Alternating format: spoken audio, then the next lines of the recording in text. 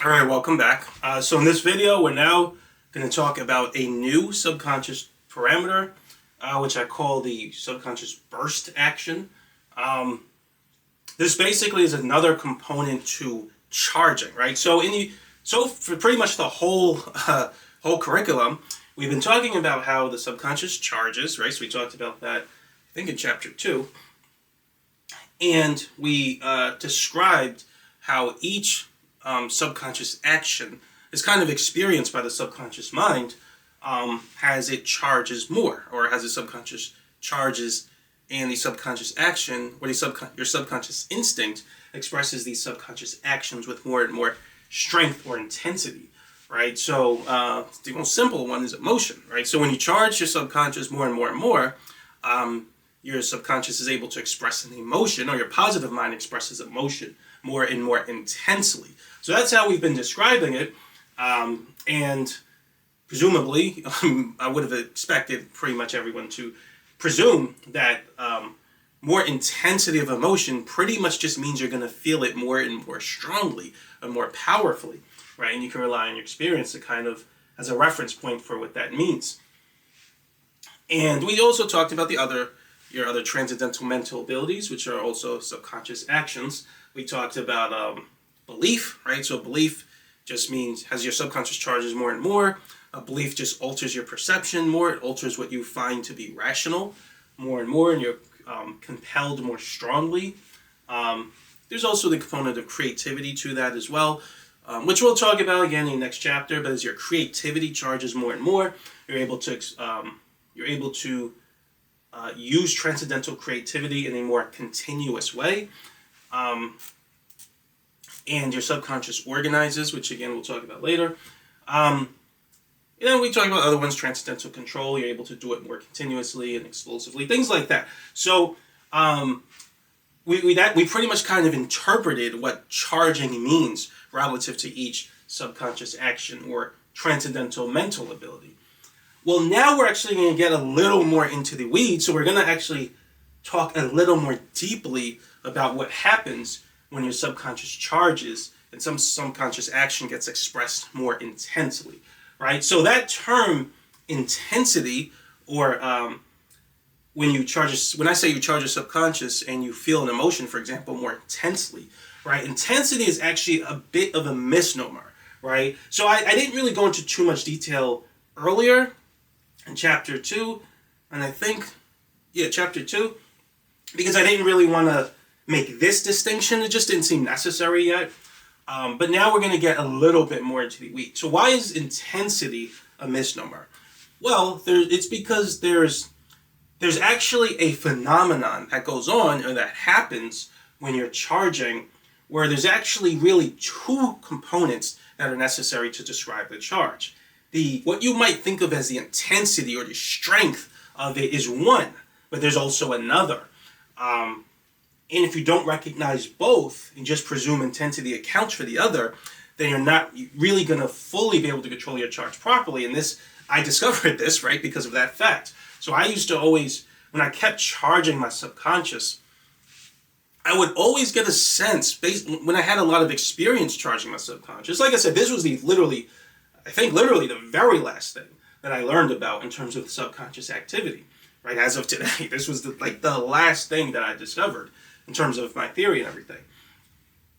But I used to always charge my subconscious, and I would remember that certain charges felt different than others, but I couldn't quite put my finger on what it was. Like I said last video, I just assumed it was because I wasn't doing a level 2 charge. But then I learned that wasn't quite it, right? It was because, well, I'll talk a little bit more about it here, but it was because I didn't recognize these two components, right? So what are the two components that are actually necessary to describe the strength? Right now, I'll just use the word strength, right? There are actually two components that you need to describe the strength of each charge, right? And so the two main parameters that are needed to describe the strength of a charge are what I call the purity component and the intensity component. So the intensity component is one of them, right? And that's the term we've been using. So what is the purity component? Well, remember that I said your subconscious can charge at multiple frequencies, right? You can feel multiple emotions at once. And so that particular component, we didn't really talk too much about the mixture of frequencies in terms of charging. We mostly just talked about charging in the context of trying to charge one specific frequency. We talked a little bit about the mixture in terms of deep charging, but it was still recommended to, when you deep charge, to ensure that most of the energy in your short-term memory is positive, but then you mainly want to perform multiple main charges to ensure that the frequency of your charge is the one that has the most energy in your short-term memory. But now we're going to go a little bit more deeply into what mixing means in terms of charging. So the purity component really just refers to how much, almost in a sense, how monochromatic your subconscious charge is. So monochromatic is just really a term, I believe, in light optics, right, in physics. At least that's where I remember learning it. And it just means when you have a light or electromagnetic wave that is very singularly, right, at a singular frequency or wavelength, right? So the light is not mixed with multiple different colors, is basically what that means, right? So that's kind of similar to what your subconscious does. So your subconscious in any given moment has a mix of different frequencies, but each one is charged at different amounts, right? So the more strongly you feel one emotion or one frequency, the higher the purity component of that charge. And so, for example, when, let's say you are using the main charging technique to charge the feeling of inner peace, right? Then as you charge it more and more and more, the purity component increases more and more and more. And so you feel the frequency of inner peace much more than all of your other emotions.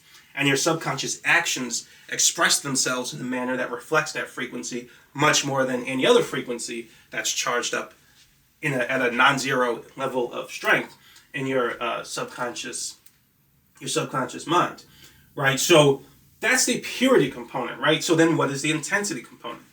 You might just say, well, it should be easy enough to think if the purity component refers to how singularly or how much a single frequency is charged, then the intensity component must refer to how strong that particular frequency is charged at, right? How strongly you feel it. And that is true. But the reason it's necessary to make this distinction, otherwise we could have just put both terms into one word, right? Charging, or the term intensity. But the reason it's necessary to make a distinction between the two is because this guy, the intensity component, actually can express itself in two different ways, which is very important, right? Like I said, this is stuff I discovered from years of charging my subconscious, and that this is something I learned. This is really just a theory of mine, but when I started to apply these ideas, I could charge much better, right? And so what are the two types of intensity you can feel? Well, just to go over this point, pretty much repeats what I said. So there are two different kinds of intensity for every frequency or every emotion. And I refer to them by the terms a calm burst and an excitement burst. So I kind of flipped the order, I think, from how I explained in the book. I'll explain why I call it that in a moment. But yeah, so in a nutshell, to basically put that another way, every emotion, right, you can feel it. You can feel every emotion more and more and more intensely, but you can feel it more and more intensely in two kinds of ways. So that's very important. So for example, I can feel the emotion of having fun. I can feel it in a way, as I feel it more and more and more strongly, I can feel it more and more and more strongly in a calm burst way, or I can feel it more and more and more strongly in an excitement burst way, right? So each kind of emotion has two ways which you can basically feel it or experience it when it charges up. So it's very important. And they feel a little bit different, right? And so I explain them a little bit here, but let me go over this point. So before I go over what these are, let me describe why I call it a burst, right? So what do I mean? What's the point in using the term burst? Well, to go over this point, a subconscious burst describes a relatively sudden explosion in the strength of some subconscious action by your subconscious instinct. So what I mean, but the best way to think about that, I think I used the term in the book, is think about moving your arm like that, right?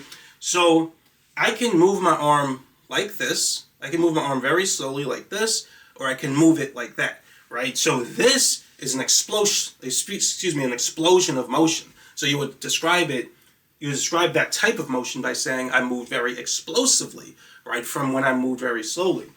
Well, your subconscious instinct, so that's my conscious mind or my negative mind, right? Your positive mind can do the same thing. It can sort of express itself in a very explosive kind of way, just like when I do that, right? And so if I, and you probably notice this when a person is very angry, right? When a person gets they can even be calm a little bit, right? And then something happens which causes them to become very angry. And then out of nowhere, they might suddenly explosively raise their voice. And they're using transcendental control to do it. They're not trying to force it using their negative mind, right? So it comes off very genuine, very natural, right? And they control their voice using transcendental control. And so, and they raise their voice in a very explosive kind of way. And they might move their arms, like that in a very explosive way. And so that actually that's your subconscious instinct sort of expressing itself in a kind of burst of expression from a relatively calm state. Just like when my arm is a state that's relatively at rest, right? I can move it very explosively, right? And so that's different from moving it like this or moving it like this and just speeding up, right? If I move it from a relatively rest-like state and then, move it with explosion of effort, that's a special type. That describes basically a special type of motion. And that is your subconscious instinct to do the same thing with your transcendental abilities. And so there's actually two ways that your subconscious can do that. So and just basically to continue the analogy, I can move my arm like an explosively like that, but I can also move it like this. Like I can move it super fast and then slow down really quickly. Now, here's the thing that's maybe a little counterintuitive, right? So if I move my arm really fast and then slow down, you would just say it's slowing down. You wouldn't describe that as a kind of explosion of motion, right? But that's how I kind of still think of it for the subconscious. So your subconscious can burst in a way when your subconscious instinct can express some subconscious action, like emotion or transcendental control, and it can express it in a burst of effort like this, or it can express it in a burst of effort which is kind of similar to slowing down or calming down. So I can do like this and then slow down very quickly. So to go over this point,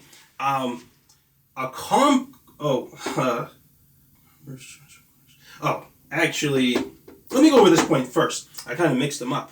But calm burst charging requires you to relax more each time you enter a transcendental state, right? So when I talk about a calm burst, right, what that actually means is basically when your subconscious expresses some subconscious action, right, in a way that's calming down or relaxing or slowing down, right? And an excitement burst is when your subconscious expresses a subconscious action in a very explosive, speeding up kind of way, right? And so that's why I call it a calm burst or an excitement burst, because it's a burst of effort to either relax more or a burst of effort to kind of speed up more.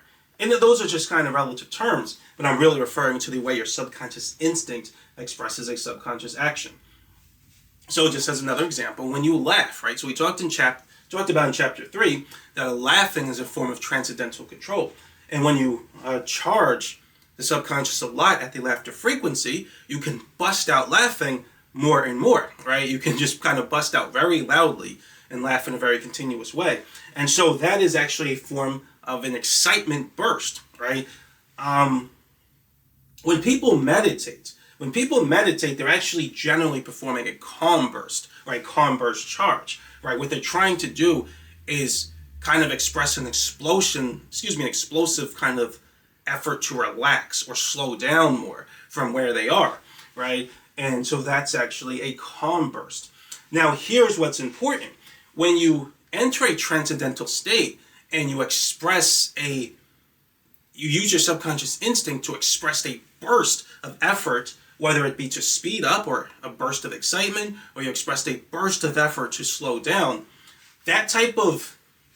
you can almost call it a charging action, right? That type of charging action actually gets stored in subconscious memory, right? So if you can continuously, like, let's say my arm keeps moving like this, and I keep moving like that, what actually ends up happening in terms of subconscious memory is that burst kind of motion gets saved in the subconscious memory to a degree. And then your next burst sort of piggybacks off those bursts, and then I can burst like much more powerfully. So that type of burst action, and that's why I call it the subconscious burst action, that burst action grows or accumulates with your charge, right? So it results, if you keep charging with an excitement burst, it's going to affect the entire experience of your charge much differently, or it's going to be much different from the experience of a calm burst, where if you enter a transcendental state and with your subconscious instinct, right, you keep trying to calm down more, you keep expressing a burst of calming, right? That's gonna have a much different experience. And this again, this is something all these things were things I learned from years of charging. And so that's why it's very important when you're charging to be aware of the specific burst action that you're sort of leaning into with your charge. When I first was doing this, I would sort of burst randomly, right? So sometimes during a charge, I would do an excitement burst, and sometimes I would do a calm burst, and so it didn't really, they were mixing with each other, but they're kind of opposites. You could still mix them, but it's going to be hard to get the sort of almost the global behavior of the charge. It's going to be hard for it to reflect a particular kind of burst action if you're just randomly mixing them, right? And that was something I kept experiencing, because I kept noticing some charges were different from others, and I couldn't kind of figure out what was causing that until I learned about this, right? And then until I came up with that idea, and then, I can control it way better, and I can understand pretty much everything going on with my subconscious. So, before we talk about how to perform a burst action charge, which is fairly simple based on how we described it, there's a certain caveat, right? So calm bursts, in my experience, calm bursts are generally better for emotions, and excitement bursts are generally better for performance, right? So what I mean by that is, remember what I said, you can experience every frequency in two types of intensities, right? You can experience two types of intensity components with it. You know what I'm trying to say. So you can experience every type of frequency. You can experience in two different ways, depending on the type of intensity. And so a calm burst, this is my experience, when you charge emotion using a calm burst, right, it tends to just feel better and more enjoyable, right? You can charge an emotion using excitement burst too, right? And so what that means in practice is, let's say, and I'll talk about how to charge in a moment, but let's say I'm going to charge the feeling of having fun or the emotion of fun. I can charge it in a way that feels like I'm relaxing more into a feeling of fun, or I can charge it in a way that feels like I'm speeding up more, or I'm very excited like that, having fun. And in my experience, when you do it in the more calm way, it's just more enjoyable, it just feels better. It feels good too in an excitement burst, but calm burst, it generally feels better when you're calmer, right? The inner peace frequency, I feel like you can only do as a calm burst. I've never done it as an excitement burst. Some frequencies just don't make sense as one or the other. But you can do both. Like, you can be angry in a very exciting way, and you can be angry in a very calm way. But the other caveat I want to give is that excitement bursts, if you charge them and maintain the charge for a prolonged period of time, it's actually kind of straining on the body, right? So that's important too. Excitement burst, when I've done them, right? So, like I said, excitement bursts are generally better for performance. Actually, I didn't really talk about that yet. So if you want to charge your subconscious, like I said, which is pretty much all of what next chapter is about, if you want to charge your subconscious to enhance the way you perform, right? Let's say it's in conversation, let's say it's in sports or music or whatever. Usually that you're going to want some form of an excitement burst charge, right? Which means you're going to move around, like that, right? That's informed that I did the way I just demonstrated it is in terms of transcendental control, but I'm really referring to your subconscious instinct. And that'll make a little more sense once you start doing it. But again, we'll talk about it next chapter. But it's better for performance using excitement burst. Calm bursts are not that great, and you've probably experienced this in life. So there may be times in your life where you're very, very calm and very relaxed, and something's happening around you where you got to kind of speed up and be more active, and you feel like a resistance to, and it's kind of hurting your ability to perform, right? That's because calm burst charge relax you. They make you feel very calm and like kind of staying a little bit inert or close to your behavior is a better approximation of inertness than the excitement burst. And it's not really good. You're leaning more into that calm feeling because it generally feels more enjoyable, but it's not very good for performance. Performance is better for an excitement burst. Oh, actually, let me talk about this part now. So, and then I explain that for prolonged excitement bursts are straining on the body. So what I mean by that is, this is in my experience. So when I've charged the feeling of excitement, right? And I remember long ago, I'll just go over this really quickly. I noticed when I was studying the subconscious and I felt like I had a really good understanding of the way emotions work, I noticed that it was kind of hard for me to describe, or I never really used these ideas or these principles to reach a state of excitement, right? Where I was just very excited. And I wondered why that was. I'm like, if my theory is correct, then I should be able to explain every emotional phenomenon right through this theory. And although I kind of can explain it using this theory, I never really charged it directly. So I was trying to figure out how to do that or why that was, and I really thought about it. And that's kind of when I first started to, I didn't quite know the burst action yet, but I managed to make myself more excited using an excitement burst, right? And so when I did it, I was walking around all the time just very, very excited, right? And it was kind of fun, right? Because I would, when somebody's excited, it's kind of infectious, right? Because when they're excited, you see them excited and you produce intention that says they're excited. And for the most part, that's what you do, but you're producing an intention that reflects what they're doing through the reflection principle.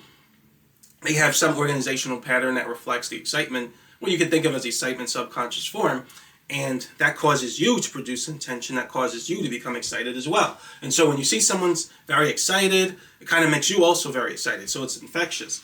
And I would use that to kind of be more entertaining in my conversations as I had all that excitement energy.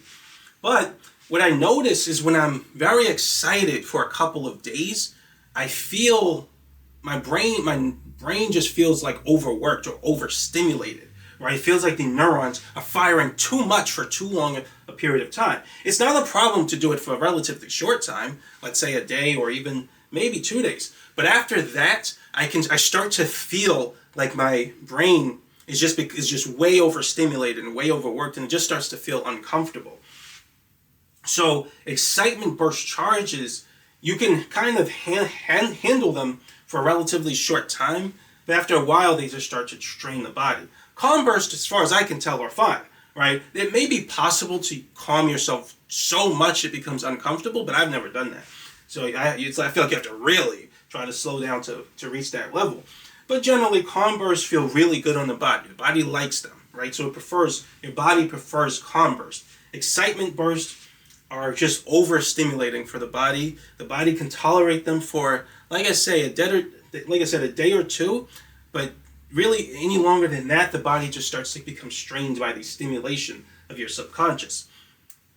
But when you have a transcendental performance charge, like I said, generally you do that using excitement burst. And that's basically when you're in the zone, right? So you can do that for like 1 or 2 days, stay in the zone. But if you stay in it longer than that, it really starts to feel straining on your brain, on your body, and you want to now relax more, right? You want to calm more because your body prefers that state. So yeah, I just wanted to kind of go over that. Now, going over to this point, now we're going to talk about how to perform a calm burst charge and excitement burst charge, right? Or charge using or primarily using a calm burst action and excitement burst action, right? So like I said, the process is fairly simple based on how we described it. So just to go over this, calm burst charging requires you to try to relax more each time you enter a transcendental state. So as an example, You would do pretty much everything the same as before. So you would hold an intention for about 7 to 10 seconds to feel some emotion. You would do that at the same time you're also telling some story in your mind. You do it at the same time you're telling some story in your mind. And when you enter a transcendental state, right, you'd stop focusing on holding the intention. You would allow yourself to acquiesce or sort of drift into a dreamlike state, which is a transcendental state. And you would then switch to kind of doing everything in your mind, producing emotion, controlling your daydream, things like that, your beliefs. You would switch to trying to do all those things with your subconscious instinct rather than just your intention. Right, so everything pretty much the same. But what you would now do is you would now, on this level of instinct, you would start also trying to calm yourself. So you would do all those things while trying to relax more or calm yourself more. And you would do that each time you enter a transcendental state. And you're going to notice that if you keep doing that, if you keep entering a transcendental state and do everything the same to feel some emotion more powerfully, but try to calm this at the same time you're going to notice that the emotion, the purity of the emotion is coming in stronger. But now you're feeling something else. You're feeling it in a way that coincides to a sense of calamity or calmness. And it makes it feel really, really good. You're going to feel like you're slowing down more, right? Like I said, when people meditate, this is the type of charge they're performing. They're performing a calm burst charge. And that's pretty much it. Just keep doing that. And as you keep charging and calming each time you enter a transcendental state, more and more and more, eventually you're going to deep charge it, and you're going to deep charge a charge that has a calm burst charging action. And then you're just going to feel very, very calm, but you're also going to feel some emotion in your mood very, very, very strongly. And that generally feels more enjoyable or pleasurable than an excitement burst charge. So how do you perform now an excitement burst charge? This one's a little trickier because, like I said, the body favors calm burst. Excitement burst charge feel like they take more work or more energy to pull off, which just means it's going to be kind of feel like it's harder to do. But excitement burst charge requires you to express some subconscious action with a burst of effort with your subconscious instinct. So in the calm burst, you express, let's say, emotion, for example, as a burst of slowing down or a burst of a calming feeling. But with the excitement burst, you express a subconscious action with kind of a burst of effort or a burst of performance or almost like motion. So in this example, let's say you're charging your subconscious to feel more, like I said, the fun frequency. Peace is not really going to work with the excitement burst charge. Let's say you're just charging your subconscious to feel an excitement burst, right? What you would do, and I'll try to describe this as best I can because it's a little difficult to explain it in conscious-minded terms or negative-minded language, but I understand it in my mind. But what you would do when you enter a transcendental state is you would try with your subconscious instinct to just kind of produce an explosion of emotion. Let's say you're trying to charge an emotion. You try to feel it as much as you can, right, in a single kind of burst of effort, right? And you might not be used to that, but that is what an excitement burst is, right? And like I said, you do it when you laugh. You just express a burst of effort through your instinct, right? And then every time you enter a daydream, right, or a transcendental state using the main charging technique, try to just express not using your intention, right? And it's hard to because your intention, you're always going to use your intention to do stuff, even if you're using your subconscious instinct at the same time too. But try not to think in terms of your intention. Try to think at the level of instinct, right? Your subconscious instinct, which we talked about. That's where your emotions come from. And you just do it, right? You don't think about it, you just do it. Everything the subconscious instinct does has a very just do it feel to it. And you want to just express something with a lot of power and strength, right? At the level of instinct, whether it's emotion or it's a belief or whatever. And you're going to notice that as you and every time into a transcendental state, as you express it with a lot of strength at a level of instinct, you're going to notice it starts to charge. That charging action accumulates. And then, especially if you deep charge it, you're going to notice you feel almost like an urge or a compulsion, even in your mood, to kind of do everything, right, in a sort of burst of effort and a burst of charge. And you're going to feel it on the level of emotion. You're going to feel it on the level of transcendental control. You're going to feel it on the level of belief and your creativity, right? So that's an excitement burst charge. Like I said, we'll talk more about how to do it in the next chapter with performance. But if you want to practice with emotion, then you can do it with emotion too. Just, like I said, do everything we talked about, but try to express some emotion with a sudden burst of effort to feel some emotion more strongly when you're in a transcendental state at the level of instinct. It doesn't matter if you do it in intention because it doesn't come from your intention. If you try to produce a burst of effort with intention, like I say, you might just give yourself a headache, right? Your intention doesn't need to be, you don't need to force anything with your intention. That doesn't do anything, right? You have to force it, or I don't want to use the word force, but you have to sort of do it very powerfully at the level of instinct, not intention. And so if you do it very powerfully with your instincts while in the transcendental state, you're going to notice you feel very, very excited, right? If you keep charging it. And that's an excitement charge.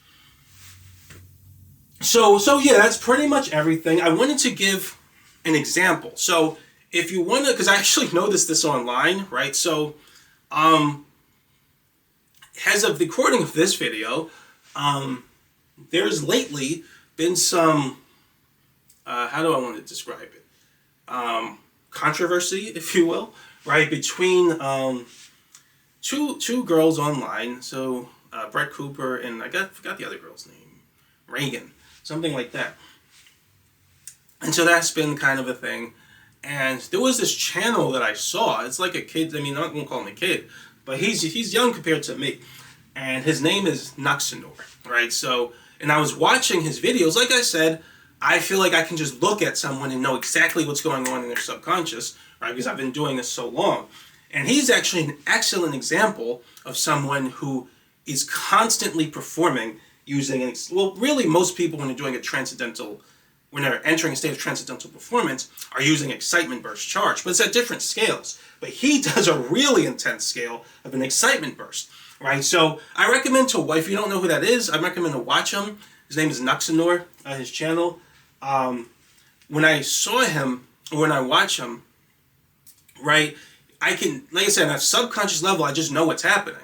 The way he performs and the way he speaks is using transcendental control in his voice. So you can hear it in his voice, the way he delivers his statements. All of that is an example of transcendental control or transcendental performance. Right? He's not using the negative mind to perform, because the negative mind, when you try to control your body in a certain way, it always comes off fake, forced, and rehearsed if you try to perform it in a way that's really relegated to the positive mind. When the positive mind controls the body in a certain way, which we call transcendental control, it's smooth, it's natural, it has a finesse to it, right? And the transcendental creativity component of it, when your subconscious charges or organizes at a specific frequency, it's going to cause your body, it's going to basically control, I don't want to word it, it's going to, that's the part of your subconscious that's responsible for compelling you in a way that corresponds to your delivery, right? So when that charges properly, your delivery starts to come off really good.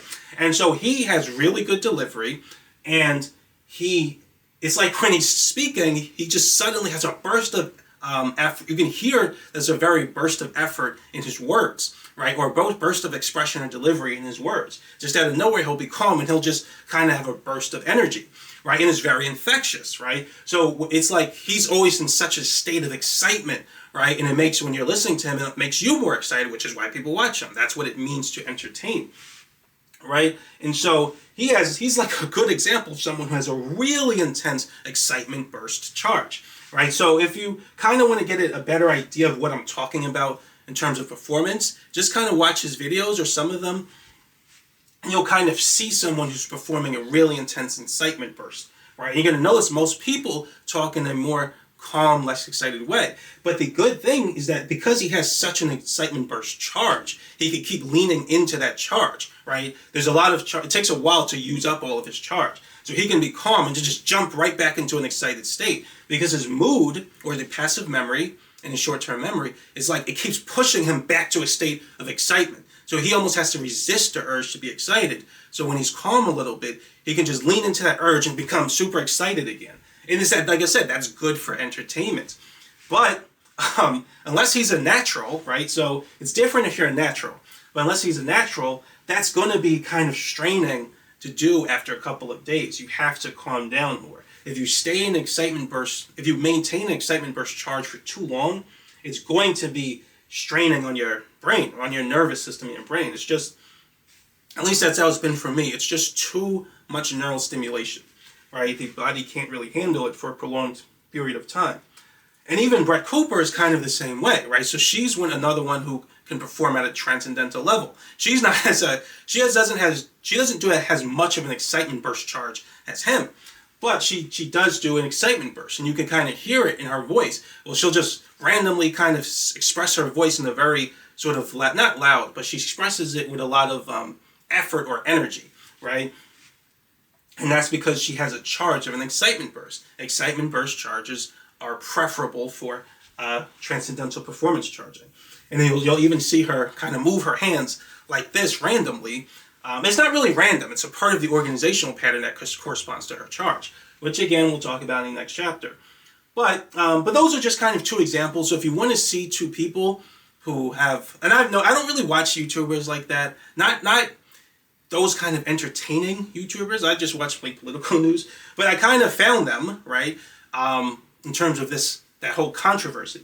And so I just noticed that they were good examples of an excitement burst charge. So I recommend to look at them to get an idea. Nexanor is probably an even better example, but you'll kind of see what I'm talking about. And when you compare them to like probably most other people, you'll see most people talk in a very calm way. They're not resisting some urge or some mood or some energy, right? That's because they don't have an excitement burst charge. Most people just perform using their negative mind, and that makes their performance super flat. There's no infectious quality to it. But yeah, that's it. So hopefully I explained that decently well. But yeah, that's a subconscious burst action. If you're still having trouble understanding it, you can also read the book or look on the website. And then, like I said, watch those videos and you'll kind of get a better sense of it. And also practice it. You can practice a calm burst and practice excitement burst. And you'll kind of start to get more of a feel for what I'm talking about. So yeah, let's say in the book, the next thing after the level 2 charging techniques was music. So I forgot to do that. I don't know if I'll do a whole video on it. It's very short. I haven't decided yet. But whatever I decide though, yeah, thanks for watching and I'll see you next video.